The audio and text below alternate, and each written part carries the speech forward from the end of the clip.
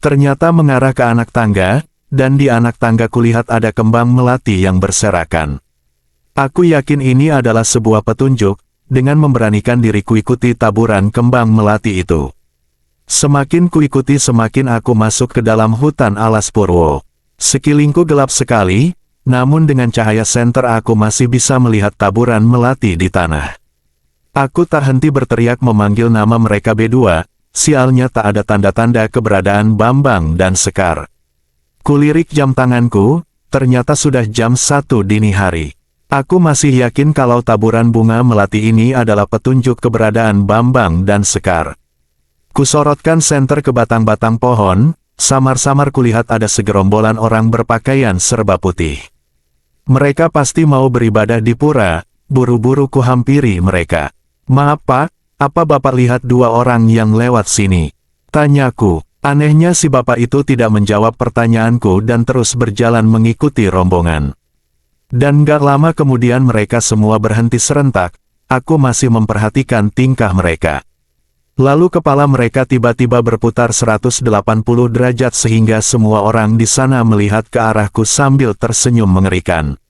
Mata mereka melotot semua, aku kaget dan langsung lari terbirit-birit. Manusia tidak mungkin bisa memutar kepalanya hingga sampai ke punggung. Mereka semua pasti makhluk halus penghuni alas purwo. Aku lari sekuat tenaga, tanpa arah tujuan menjauh dari rombongan tadi.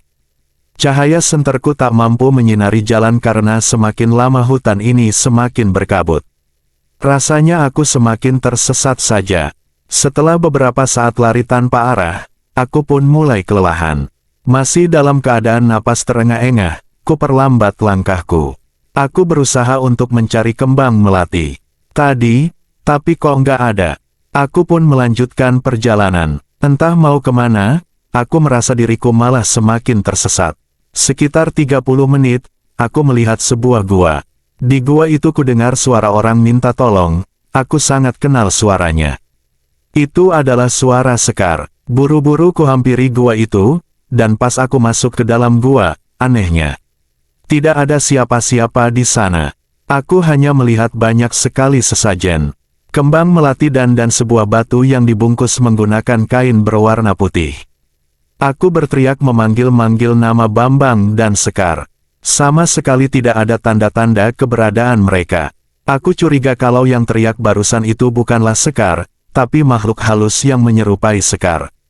Karena takut, aku pun keluar dari dalam gua itu. Dan ternyata di luar sudah ada seorang lelaki parubaya.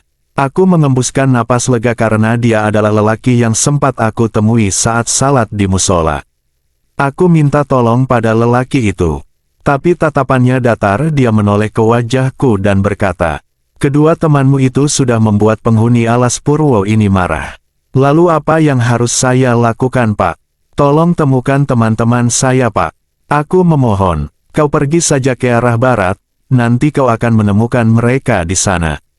Dan ingat apapun yang terjadi saranku jangan menoleh ke belakang. Teruslah jalan sampai kau menemukan teman-temanmu itu," kata lelaki itu. Pas aku menoleh lagi ke lelaki tadi, ternyata dia sudah hilang entah kemana.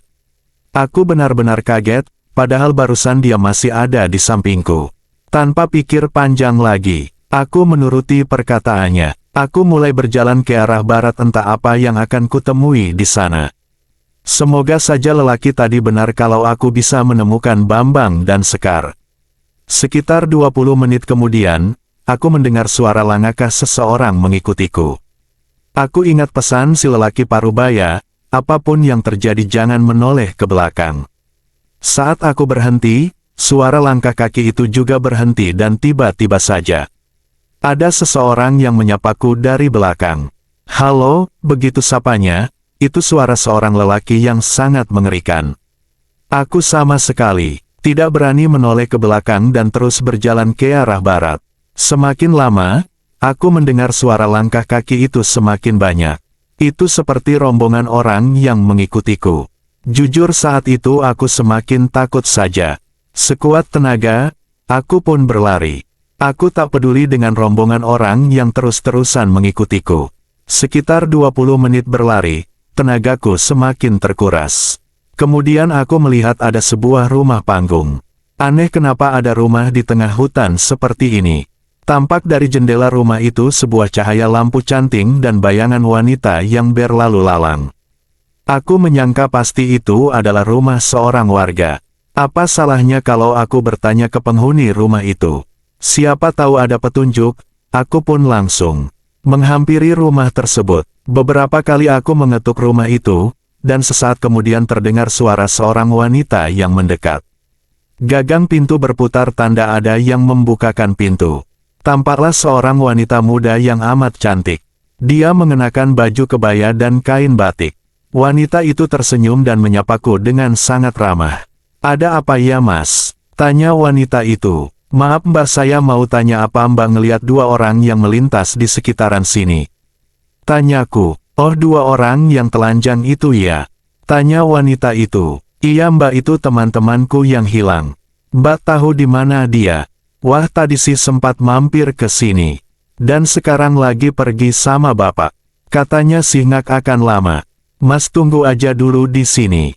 Bapak pasti nggak akan lama kok," kata wanita itu. Dia pun mempersilakanku untuk masuk. Nama wanita itu ternyata Bella. Dia sangat ramah dan cantik. Ada tahi lalat di pipi sebelah kanannya, menambah kesan cantik. Bella muncul dari dapur dengan membawa makanan ringan dan teko air kecil. "Silakan Mas," kata Bella sambil senyum. "Iya, terima kasih Mbak. Kalau boleh tahu bapaknya Mbak dan kedua teman saya itu pergi kemana ya?" "Nah itu Mas, saya nggak tahu." "Tunggu saja Mas. Bapak nggak akan lama kok," kata Bella. Aku pun menurut saja, karena malam memang sudah sangat larut. Bella pamit ke kamarnya untuk tidur. Dia juga memberiku bantal untuk istirahat. Setelah Bella masuk ke dalam kamarnya, seketika aku teringat rombongan orang yang mengikutiku. Apakah mereka sudah pergi? Dan saat itu juga kuintip dari balik jendela. Betapa terkejutnya saat kulihat ada banyak orang yang berdiri di halaman rumahnya Bella. Mereka semua berwajah pucat, bajunya putih semua, celananya juga putih. Siapa orang-orang itu dan kenapa dia mengikutiku? Karena takut, buru-buru kubaringkan badanku dan mencoba untuk tidur. Aku pun terlelap. Entah berapa lama aku tidur, yang jelas pas aku bangun hari masih gelap. Kucek jam tanganku, ternyata jam 12 malam, itu berarti aku tidur kebablasan. Saat itu aku juga baru ingat kalau aku meninggalkan HP-ku di tenda. Perlahan aku bangun dan menghampiri kamar Bella. Ku ketuk pintu kamarnya, tapi tidak ada jawaban dari Bella. Malah ku dengar ada seorang wanita yang bernyanyi menggunakan bahasa Jawa.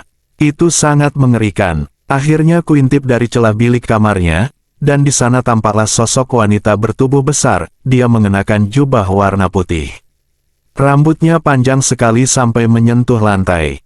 Entah apa lagu yang ia lantunkan, yang jelas wanita itu pasti bukan Bella. Dia membalikkan badan dan tampaklah wajahnya yang membusuk penuh belatung. Aku teriak dan lari ke dapur. Di dapur kudapati banyak sekali sajenan, ada pisang, kemenyan yang masih mengepulkan asap, kembang melati, dan berbagai macam sajenan lainnya. Aku keluar dari rumah itu melalui pintu dapur. Kemudian aku lari sekuat tenaga. Dan lagi-lagi saat aku lari ku dengar suara seseorang yang menyapaku dari belakang. "Halo." Aku tidak peduli pada suara itu dan terus berlari sekuat tenaga. Aku benar-benar kaget dengan apa yang kulihat di hadapanku. Itu adalah sebuah rumah panggung milik Bella. Semakin aku lari rasanya semakin disesatkan saja. Dan aku hanya berputar-putar di satu tempat. Tampak dari jendela rumah itu, sosok kuntilanak yang sedang memandangiku. Segera aku lari lagi menjauh dari rumah itu. Lalu aku di antara pohon-pohon besar, aku melihat Bambang dan Sekar berjalan telanjang bulat masuk ke kegelapan. Mereka berdua diawal oleh dua makhluk bertubuh besar dan tinggi. Bahkan tingginya sampai melebihi batang-batang pohon. Dua makhluk raksasa itu membawa Bram dan Sekar. Aku berusaha mengikuti mereka, tapi entah kenapa tiba-tiba kedua kakiku tergelincir. Aku seperti masuk ke dalam jurang. Tubuhku menggelinding dan sesekali menghantam pohon. Aku mengadu kesakitan, untung saja aku masih sadar, tapi tak sanggup lagi untuk bangun. Aku benar-benar tidak berdaya, dan saat itu juga kulihat rombongan orang berwajah pucat mengelilingiku. Mereka semua menataku dengan tatapan datar. Dari kerumunan itu muncul 4 orang yang membawa keranda mayat. Mereka memasukkanku ke dalam keranda itu, aku sama sekali tidak bisa berontak. Mereka membawaku entah kemana. Keranda itu ditutup kain warna putih. Dan dari dalam keranda aku mendengar suara perempuan berbicara dengan bahasa Jawa. Begini katanya, "Muli, niatmu apik." Begitu katanya. Entah apa yang terjadi selanjutnya. Aku benar-benar tak sadarkan diri.